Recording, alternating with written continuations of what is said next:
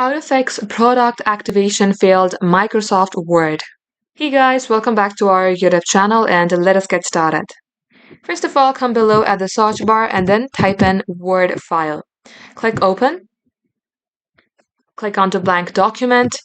If you have your product activation failed, you will be able to see that your product activation has been failed on the top of your screen. In my case, this is not the case, but however, I will still show you how to fix it. So close this window, open your File Explorer,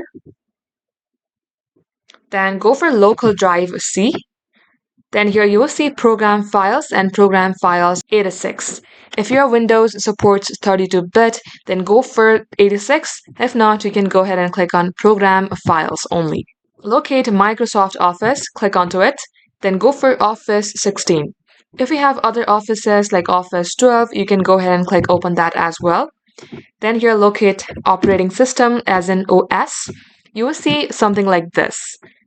You have to right click onto it, then click Run as Administrator. Click onto Yes, and a command window will open and close by itself. Once it's done, restart your device, open your Word file, and you will no longer see the product activation notification. Just like so, this is how you can do it. Thank you guys for watching. We will catch you up in our next upload.